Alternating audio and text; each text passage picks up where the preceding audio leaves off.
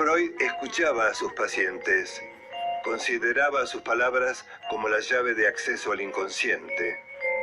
Pero la comunidad médica se resistía a aceptar que podía curar los problemas solamente hablando. Sin embargo, Freud pudo. Los resultados fueron tan contundentes que no tuvieron más alternativa que aceptar al psicoanálisis como una especialidad de la medicina.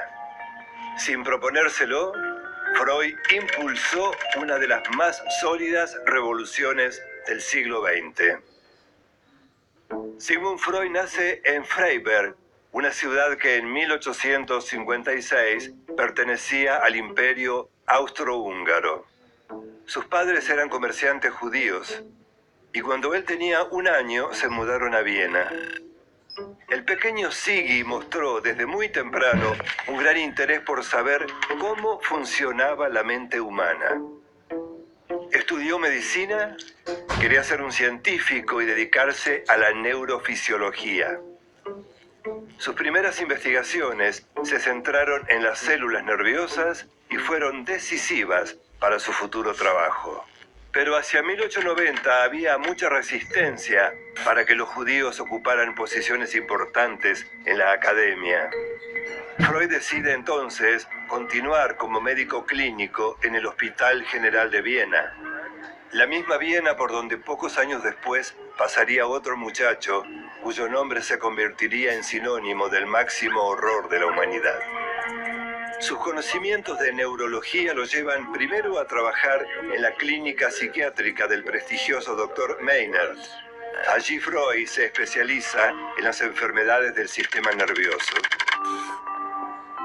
Descubre que en la palabra están los principios fundamentales para llegar al inconsciente y así lograr una cura para aliviar los malestares de sus pacientes.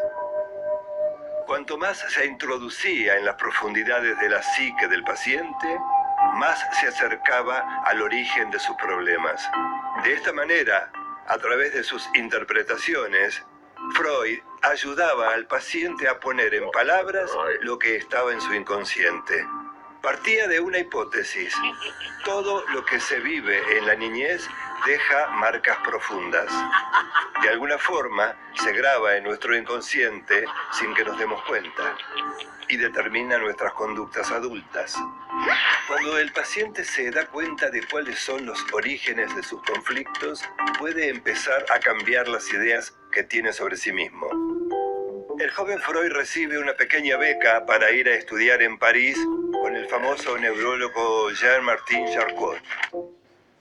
En esa época, cualquier síntoma que no podía ser explicado se atribuía a algún tipo de histeria.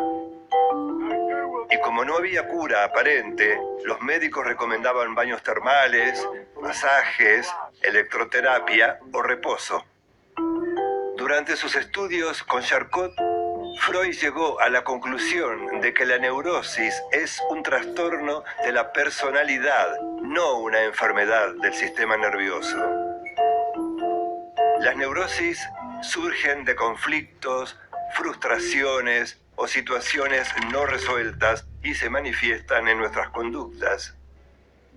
En 1886, Sigmund Freud regresa a Viena y un antiguo amigo, el respetado médico Joseph Breuer, le confiesa haber tratado un caso de histeria hipnotizando a una paciente. Ana O era el nombre de la paciente, una joven a la que se le paralizaban las piernas y los brazos, veía mal, tosía y no comprendía cuando le hablaban. Freud no la hipnotiza. Prefiere dejarla hablar sobre lo que le venga a la mente. Recuerdos, fantasías, sueños que se asocian libremente. Al concluir el relato, Ana se sintió muy aliviada. A través de la palabra comienza su proceso de curación. La asociación libre no es el único camino al inconsciente. Freud descubre que los sueños también expresan deseos no manifiestos. En 1896 escribe La interpretación de los sueños. En este estudio explica que a través de los sueños también es posible abordar cuestiones arraigadas en el inconsciente. Es decir, los sueños son otra de sus llaves de acceso. En 1905, Freud publica sus investigaciones en 3 ensayos de teoría sexual. Vinculó el goce con la sublimación. Los deseos sexuales son impulsos que buscan los primeros goces que tuvimos. Por eso Freud separa lo genital de lo sexual. Hombres y mujeres obtenemos placer sexual no solo de la estimulación de la zona genital. Todas las superficies del cuerpo son zonas erógenas. Las personas satisfacen parcialmente esos deseos en la vida sexual y en los sueños. Freud distingue entonces 3 etapas en el desarrollo psicosexual de cada uno. La primera etapa es la oral, cuando la mayor satisfacción del bebé se la da el alimento. Por lo tanto, el placer lo obtiene al succionar. Pero cuando la madre le retira el pecho, el bebé siente algo así como la expulsión del paraíso. El bebé entra en la segunda etapa. Freud considera que retener y soltar le causa placer. La tercera etapa aparece a los 3 o 4 años, cuando el niño o la niña descubren que llevando las manos a la zona genital obtienen placer. Comienza la curiosidad, la angustia y la confusión que provocan las diferencias entre la anatomía sexual del varón y de la niña. Entre los 5 y 6 años, el niño entra en la fase del complejo de Edipo. Los sentimientos del niño hacia la madre y de la niña hacia el padre entran en pugna.